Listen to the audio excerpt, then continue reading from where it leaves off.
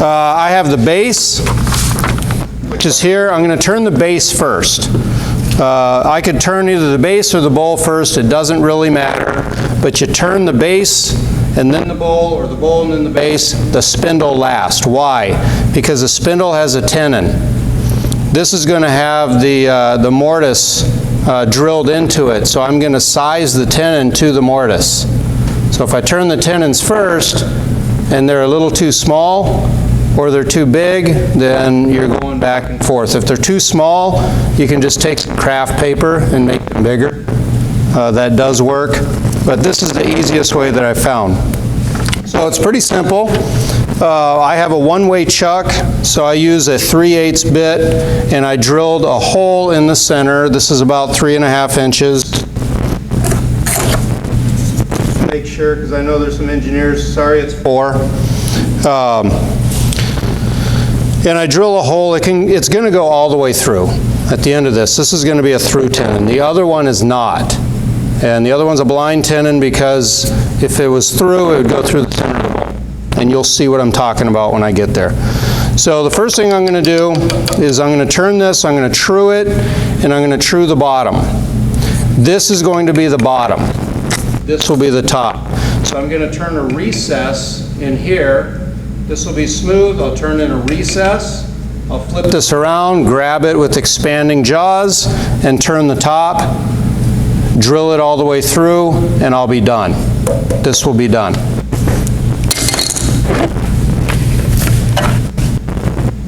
So, this is a one-way, and I actually like it.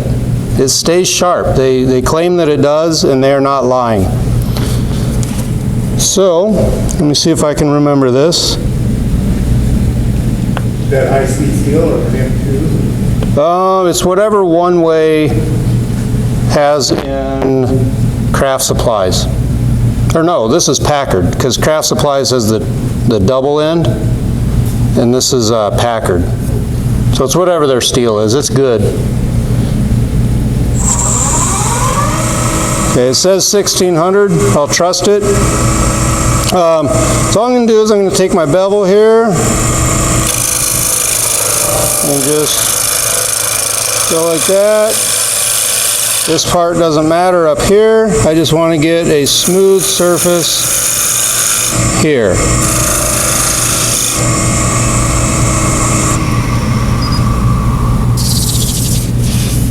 And try again.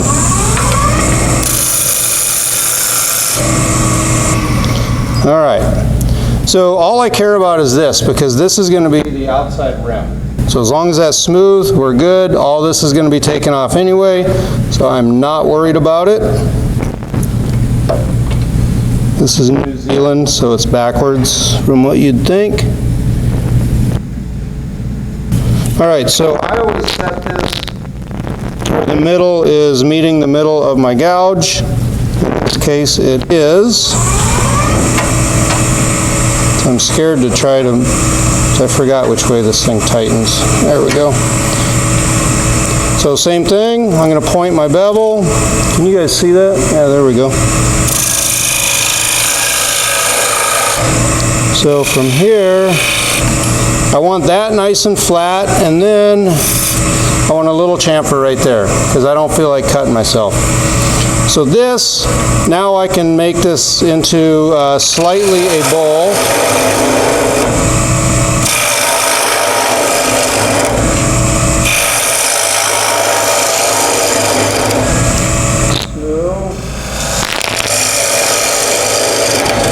We'll call that good. Now I need a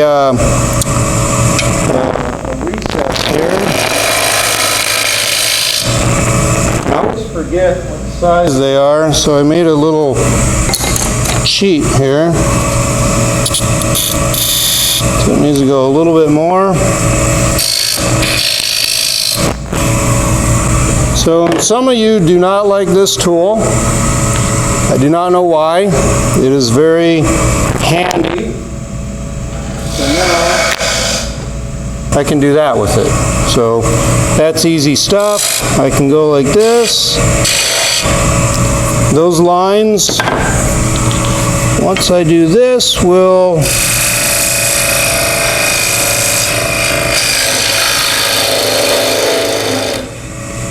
give it a little more refined look.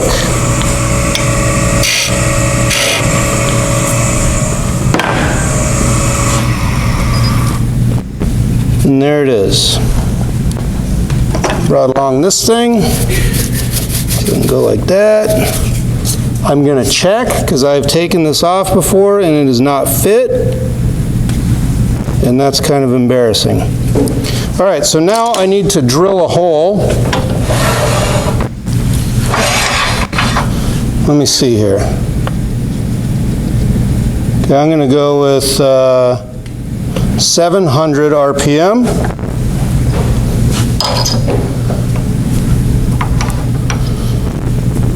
There it is. So all I'm going to do right here, remember I said I was going to drill through it? That's after this step. So all I'm going to do here is drill just a little bit, so when I drill from this side, it cleanly breaks instead of being all ragged. So this is that. That's all that is. I found if I do that, my life is easy, I don't have tear out. If I don't do that, then I get tear out. Lock, unlock. 180 degrees. 180 degrees. There we go.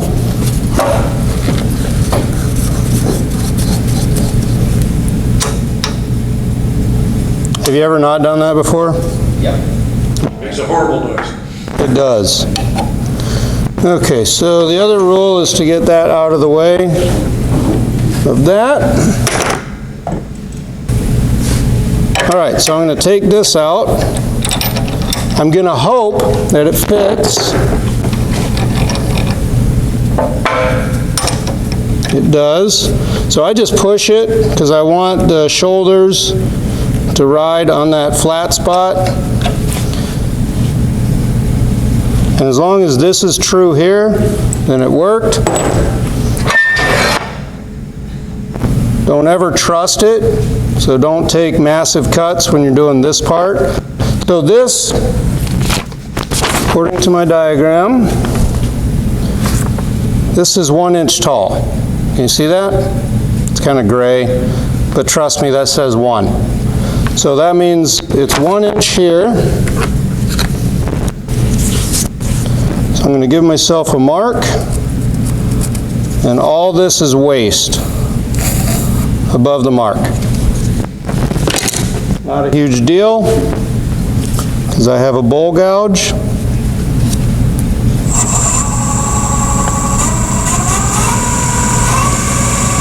That's 1,400, because somebody usually asks me.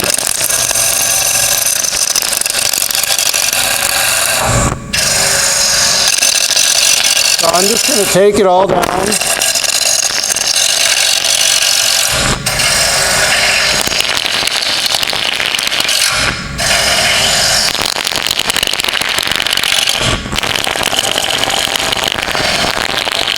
Closer to center I get, where I'm going to go.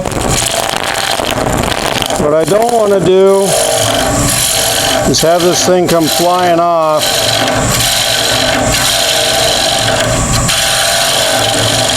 Because that'd be embarrassing. So let's smooth this thing out.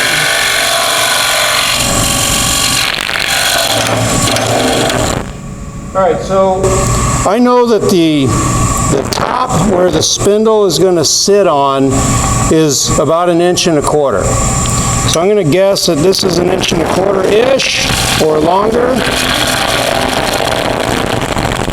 And I made it slightly concave. I will do the same with the spindle, so that one is slightly concave this way. So when they set, they have a neat join, and you can't see any air between them, hopefully. So I'll do it again. Okay, so now,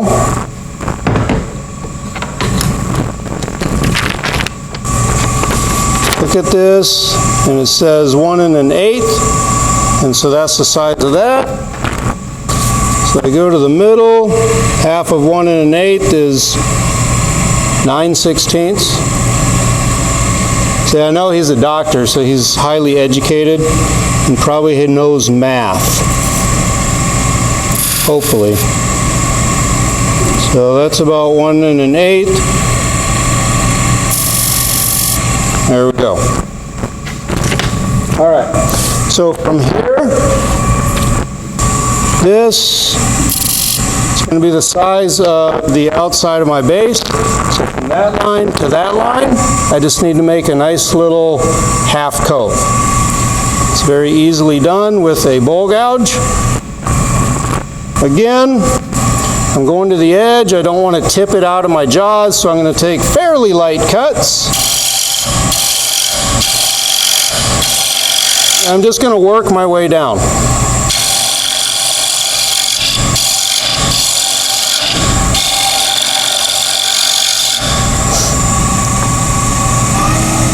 That's 1,600.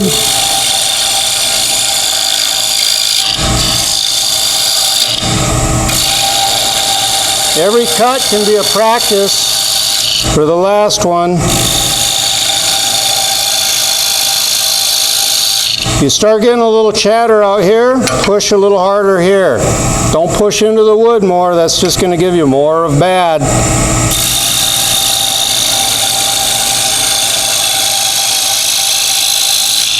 All right, so I got about 2 more cuts left.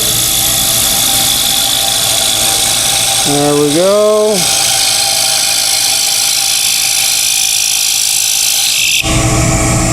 All right, last cut.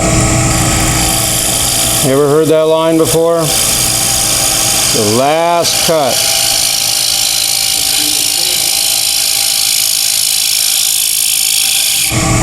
All right, so now I'm going to do the same thing.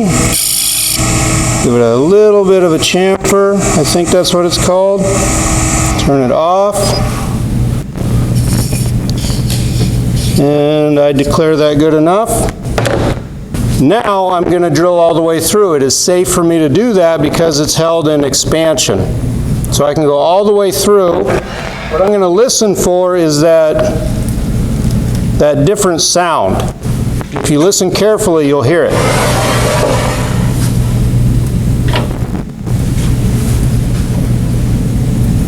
All right. So listen to the sound of the drill. You hear it. This is a 5/8 Forstner bit.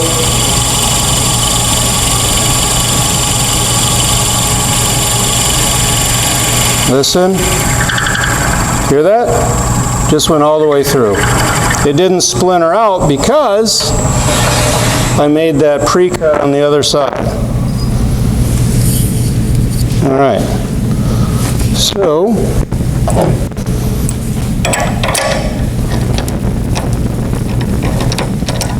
there it is. All right, so the base is done. Here's that little bitty thing. That's what it does for you. If you don't do that, it will tear it out. Not a huge deal, but if you're all fastidious, is that the right word? Yep. Then you'll be sanding forever. If you do that, you won't be. All right. So, next is turning the bowl. It's just as easy, except I use a little insurance because I don't want to spend this much time and effort and have something fall out because I'm rough cutting and I'm just holding it by this, or I'm just holding it by my jaws. So a little insurance is a good thing.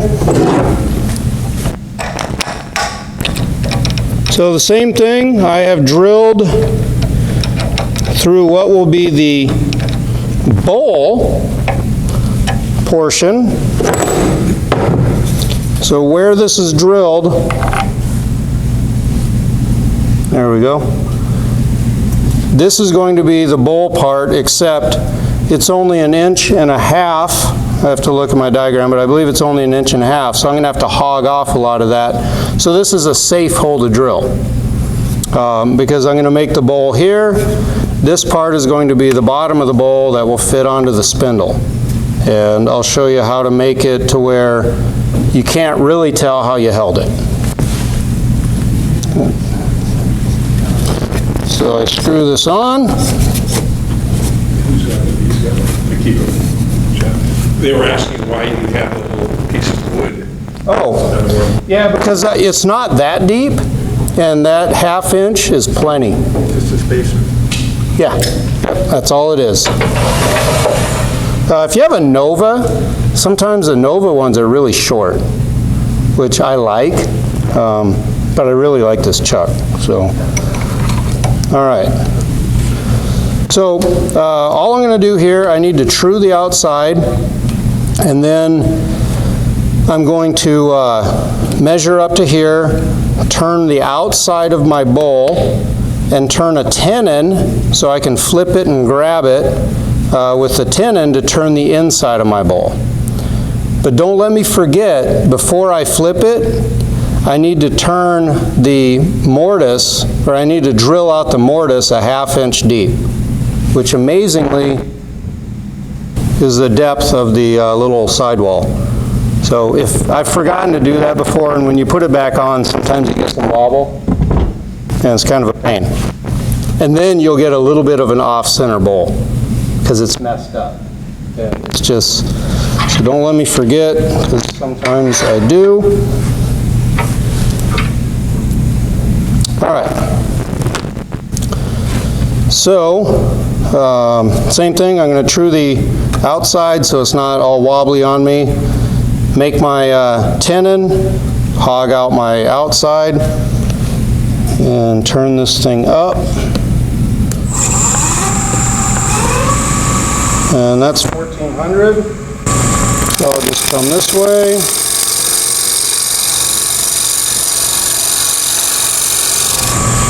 So somewhere right around here is going to be where it needs to be super smooth, because that's going to be the outside edge of the bowl rim.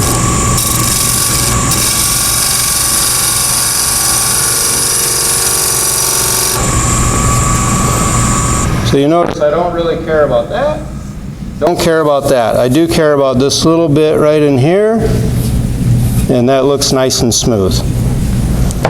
So my diagram, it says 1.5 inches. So I'm going to come up 1.5 inches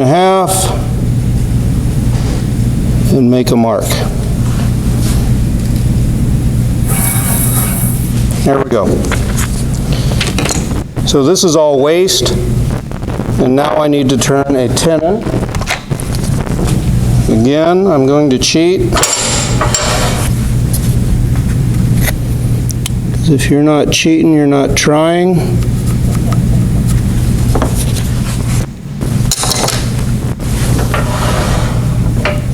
Because there's nothing worse than turning a tenon too small. There probably are things worse, but not for me right now. Which, speaking of that, I was telling Bill earlier, he asked if I was getting nervous. I don't really, because if I get a catch, it's the real thing. I wasn't trying to do it, it just happened. And that actually makes me less nervous. Because now you know, if I get a catch, okay, I'll still make this thing. All right, so that's going to be my tenon. So now I'm going to make the tenon itself and then hog out this bowl here. There we go. So I like my tenon about 3/16 roughly.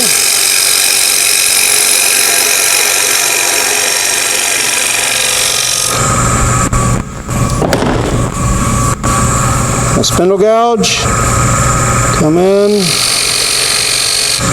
Give myself a nice little flat right there. Come in a little bit Yeah, that's kind of a big tenon.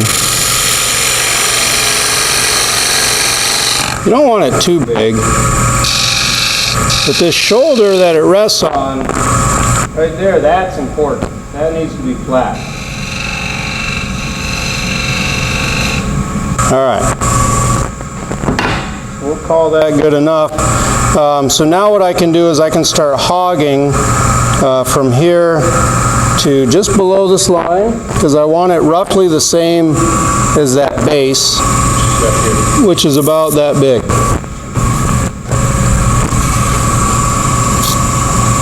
Good enough.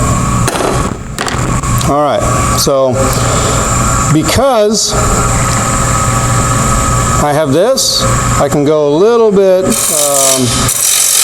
more. I'm just going to put my hips into it and just start getting rid of material.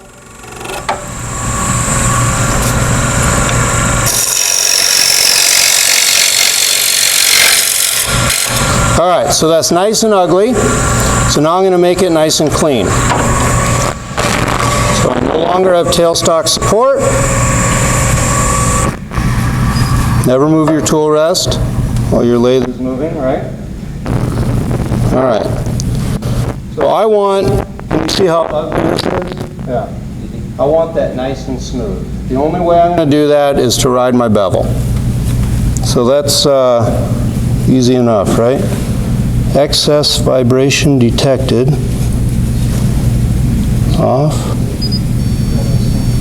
F3. Okay. No idea. I was gonna say, it complained about how it is. Yeah. It didn't like my roughing. That's all right.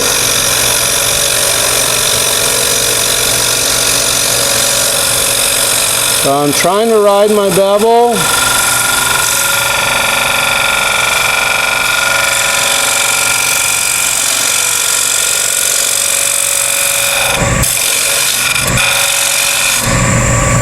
All right, last cut.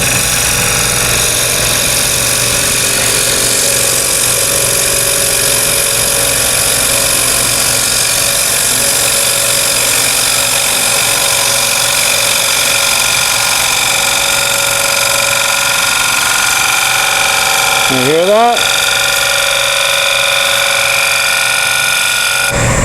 I was pushing on that tool rest too. Let's see what it did here. Turned out all right. Pressure on the tool rest. Light pressure here. Heavy pressure tool rest. That way the only thing vibrating is that little itty bit of steel sticking over that far. That's got enough meat. We're good to go. All right, so now I'm going to make this a little bit concave here, and then I'm going to drill that, and that way I can flip it around.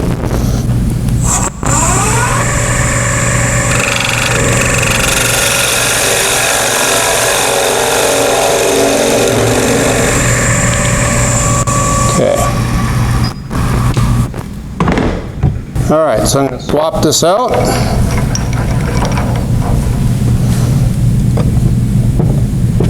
I always put things back when you can find them.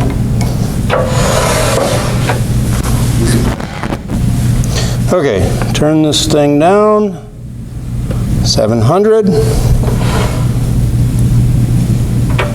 So I'm just going to go to the bottom of that. That's it. I like looking at the dock because he keeps giving me that feedback. All right.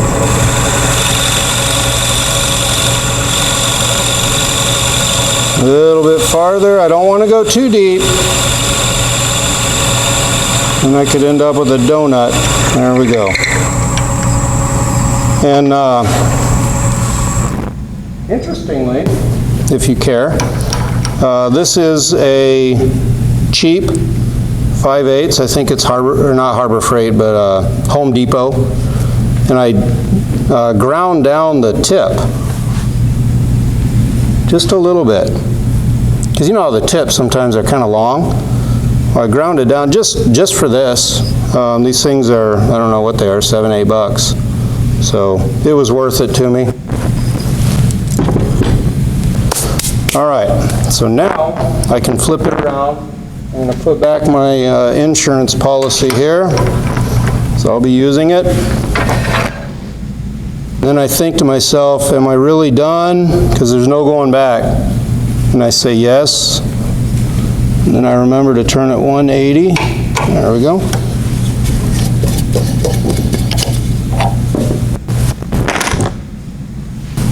Turn it back. Okay. So now we're going to grab this thing. Get a nice middle pressure. Okay. Don't want to go too tight. If you go too tight, this is alder, in case anyone's wondering. It's fairly soft. So if you go too tight, you're going to start torquing that wood over. And that can lead to its own problems. Okay. So now I'm going to readjust this line because you may notice when I came up I got a little bit liberal. And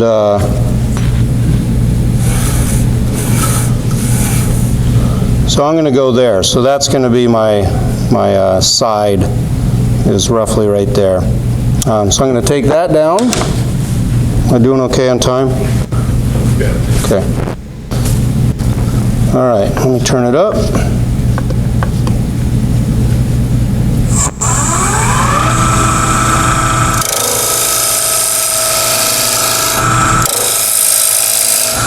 when I hog this off,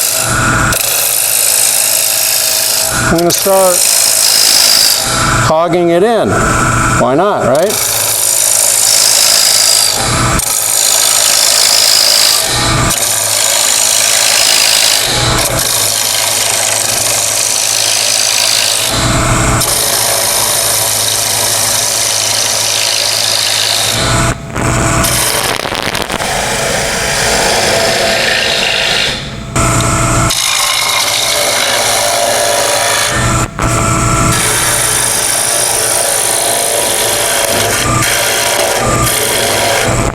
All right.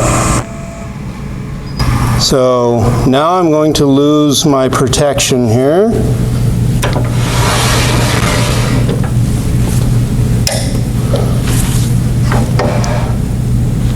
And now I'm just turning the inside of a bowl, or basically a platter.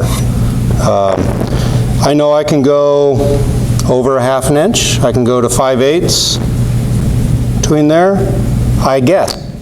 Running how deep I go, I guess. But then we could do the math, right, Doc? We could go, okay, 5/8 from 1.5. What's the difference? 7/8, right? So I can go 7/8 deep. If I go any farther, I'm in danger of, even though I ground off that little tip, I'm starting to get in danger of seeing that. So I want to go about 3/4 deep. So that's not very deep, but it does hold a lot of candy, which is the idea, right?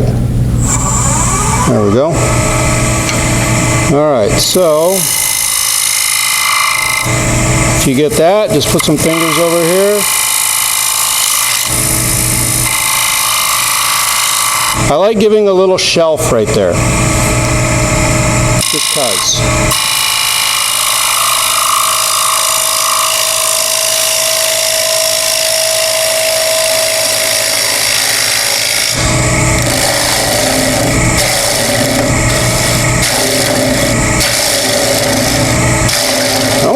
Too hard, because if I do, remember that tenon's not very big. It's not very strong. All right, so let's go down again.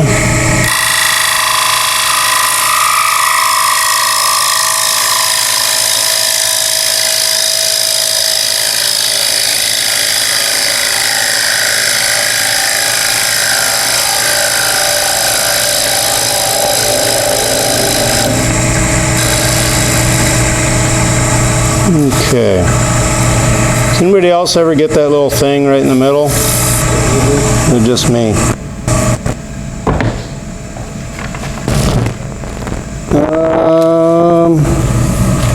But I had some sneaky sandpaper, but I guess I lost it, so never mind. Let's take a look at it. No, it's with your finished product. Yeah, it's at home with the other one. All right, I'll kind of rub on it and go, that's good enough. All right, so my pencil mark is still there. No, I'm not going to. I don't have the guts. So now what I'm going to do is I'm going to flip it around. I'm going to jam chuck it against my chuck with this kitchen drawer anti-slip stuff from the dollar store. I bought a roll probably 5-6 years ago or more, and I still have most of it, so it's pretty good. And that will be my pad. But I have to be super careful, because if I'm not, it's going to start rotating on that, and this only provides so much protection, which ain't much. But it does give me what I need if I take light cuts to remove the tenon. You'll see what I'm talking about. All right. So I'm just going to kind of close these. Put this in here.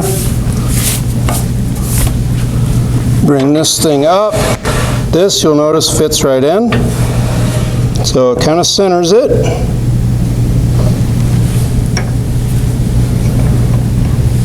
There we go. So it's not very tight. If I start getting all angry with my tool, then I'll find out that I shouldn't do that, because it's going to stop the wood, but guess what ain't stopping? The chuck. So those jaws will tear into it. So I have to be gentle. Let's turn it. Kind of. Close enough. I'll turn it down just a hair. All right, so now what I'm going to do, I'm going to turn that.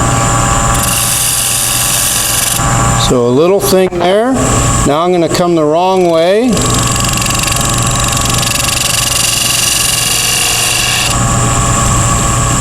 You know what I mean by the wrong way, right? But it's just a little itty bitty bit. It's not a huge deal. Come in here. Make just a little touch. This is also a negative rake scraper, in case you're wondering. All right. Okay, so you get rid of your mounting, how you mounted it. Hold on, let me go like this. There we go. All right. So my bowl is done. There you go. Now it's spindle time. I know it's what you've all been waiting for because you love spindle work. So do I.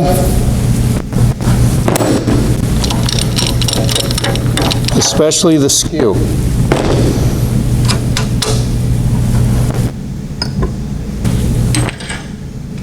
All right, so this is a piece.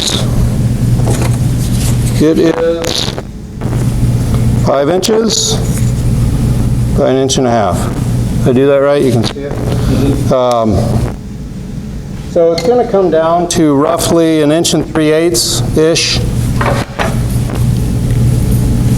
But if you start out to 1.5 inches, you know you're good to go.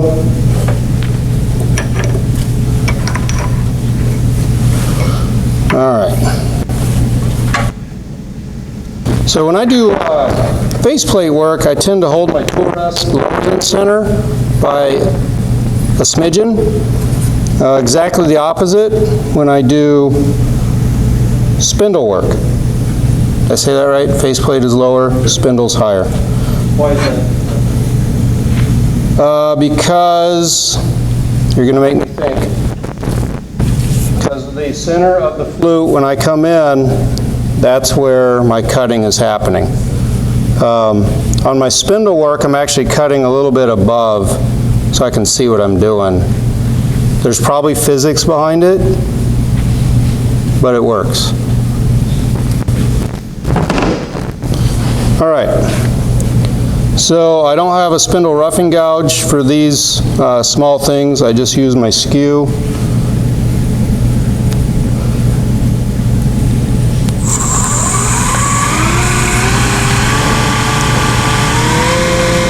So 2600-ish.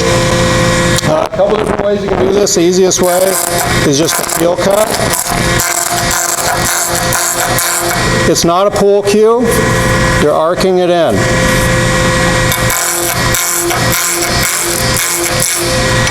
I'm not sure if your DVR is going to like me. And then you can smooth it. So it's fairly fast. It's a little bit rough from the peel cuts. No problem, don't care, because I'm going to finish everything. This is called a story stick. So this is the top. You can kind of see this is the tenon that's going to fit into the bowl. This is the tenon that goes through the base. So I hold this up to here, because that's how long I want my tenon. Let's turn this thing on. There. So I'm going to turn my tenons first and fit them. That way I know they fit and I don't need to worry about nothing. I can go and I can turn my other beads. So this is what I found to be easiest. Did I do this right? Yeah. Is just set my calipers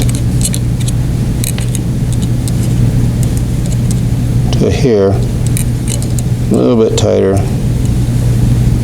There we go.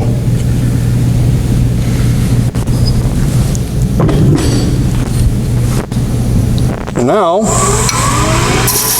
know how big to make it.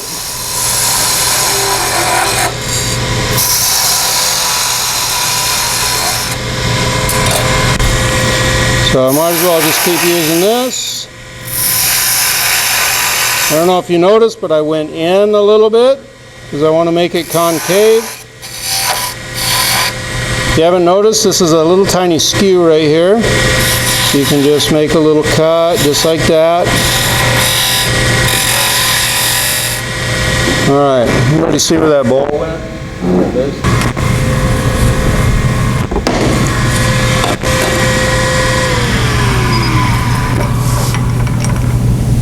All right.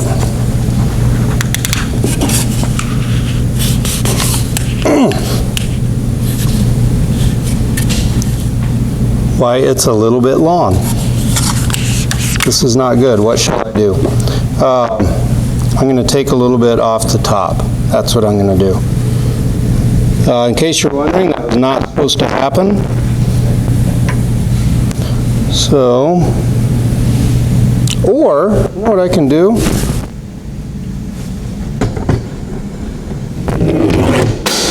Here's your magic sandpaper. That's right. Watch this trick. I learned it in the Army.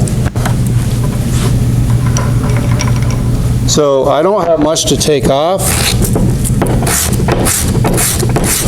So I can probably do that, and it's easier. There we go. A little bit more.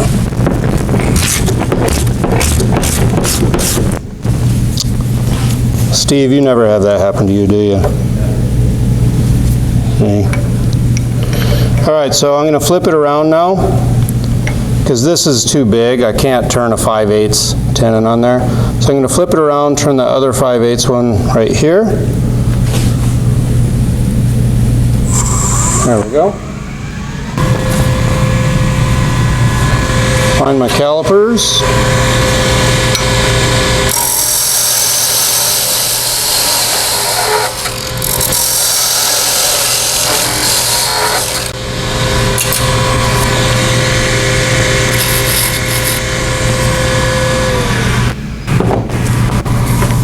All right, that's big enough for a test fit.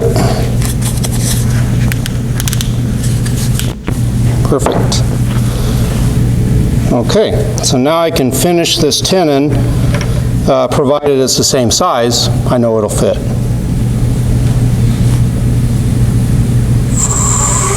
You gotta kind of press and hold a little bit. Actually, I can use my skew.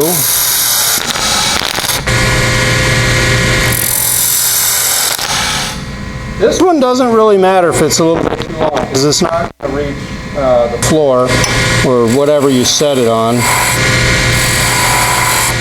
Can you see that? Yeah.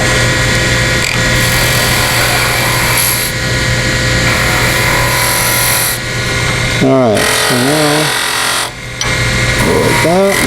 Okay, so now I like to have my story stick near in orientation so I know what to do basically.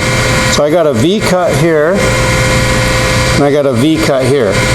So I'm going to make those first. This goes down to roughly 1/2 inch-ish, doesn't really matter. So I'm going to make another V cut there because no one's going to be measuring this except me. So this V cut, when you make a V cut, I don't know if you can see, but when I start it, this part of the bevel is pointing where I want it to go, and the blade itself is angled slightly away so it clears the wood, and the only thing cutting is that tip. Exactly the opposite for the other side. That's called a catch. That's what happens when you let the blade itself, you don't angle it away.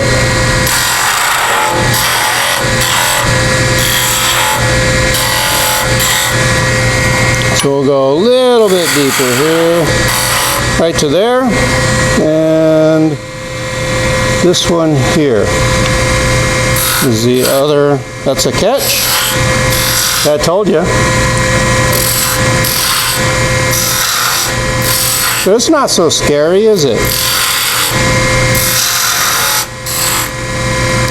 All right, so I'm going to go a little deeper. All right, so this line here is the top of like a vase. So it's going to rotate there. This one is going to OG down to the middle of this one and then come back up to that V cut. You'll see. So I'm going to start with this one, and I'm just turning a 1/2 bead. That is all. There we go. Always look at your horizon.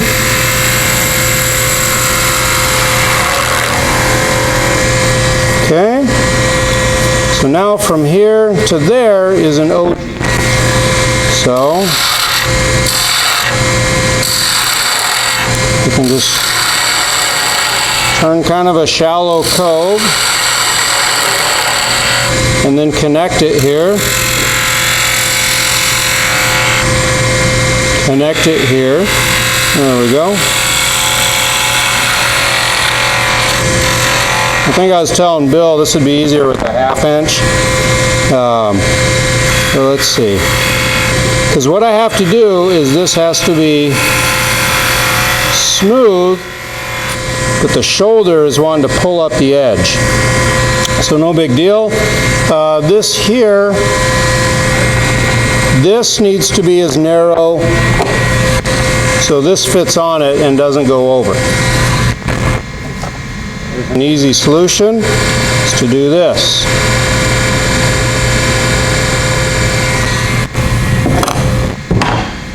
Just part it down to the size, right? So that way I'm not using rulers. I'm using the actual workpiece to make sure that it fits.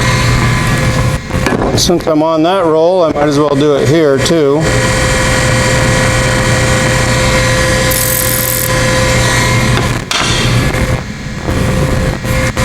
So this will do the same thing here. There we go. All right, so this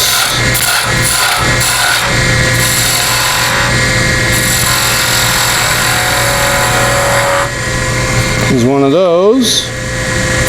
I like to put a little line right there. Smooth this out. And then put a little tiny one of those. Just make sure that's okay. So now I need this tool. So this, let's see, this gets half drove this way. Now you see how it's coming together.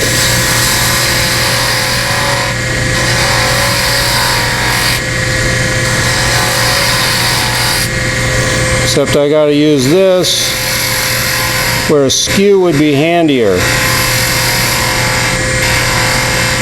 I got to get rid of that unsightly little line right there.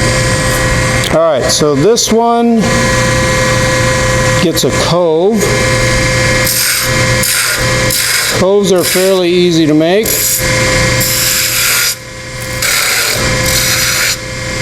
I got to clean this thing out.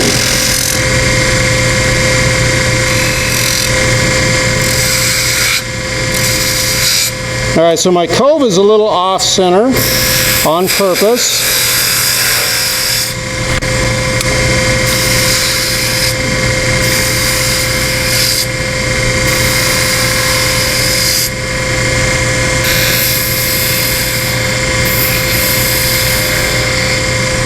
There. Let's clean this thing off.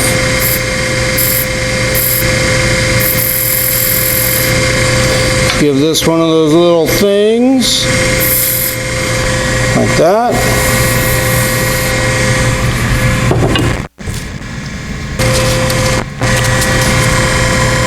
I'm gonna do it. Yeah, I am. Just right there, just a little bit. Don't make fun of me. There. Okay, so here's the theory. It all fits together. If I did everything right, it will all fit together. I'm going to just do a little insurance here, Steve, just because you're in the building. Okay. Okay, that fits.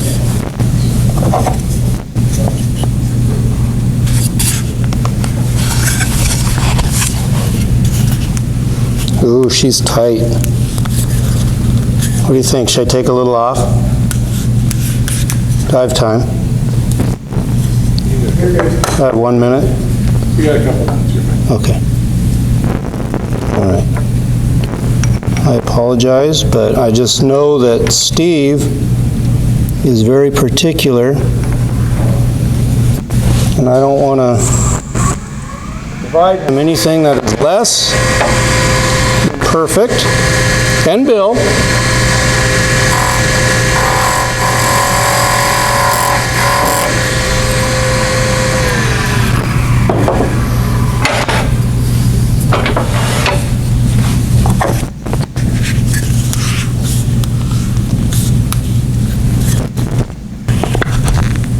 Okay, there it is.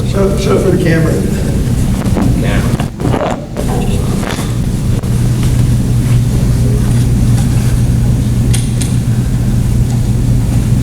Upside down when I'm starting, 180 go. Good grief. Say here, show it, flip it regular vertical. Oh, there you go. So, in the camera, if you look, see right there, let me get the skew. Right there, see that little line? That's it. I think, I don't know, we'll find out here.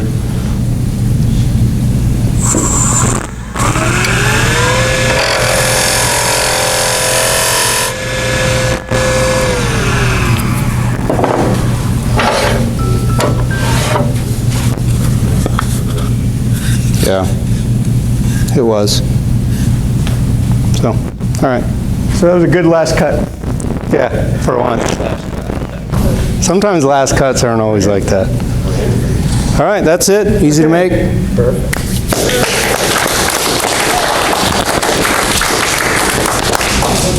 I think that's the fastest turn item I've seen. 3 pieces in less than an hour. Running into overtime. No, you got plenty of time. Okay, guys, that's the end of the demo. To those on Zoom who stuck through, thanks a lot. I'd appreciate if anyone would just send me an email of how this went for you as far as the video and the audio. I know we had some problems. We'll try to fix that next time, but for the live meeting here, we're going to go into our raffle and then clean up. So I'm going to end the Zoom call here.